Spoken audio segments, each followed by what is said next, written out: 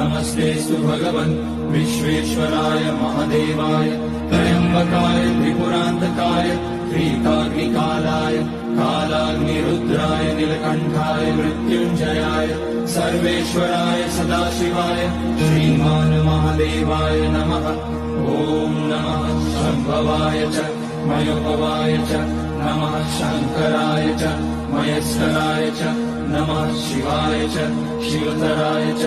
ॐ त्र्यम्बकं यजामहे सुगन्धिं पुष्टिवर्धनम् उर्वारुकमिव बन्धनान् मृत्योर्मुक्ष्यमामृतात्। नागेन्द्रहाराय त्रिलोचनाय भस्माकराय महेश्वराय नित्याय शुद्धाय दिगम्बराय तस्मै नकाराय नमः शिवाय। मन्दाकिनी सलिलचन्दन चर्चिताय नन्दीश्वर प्रमथनाथ महेश्वराय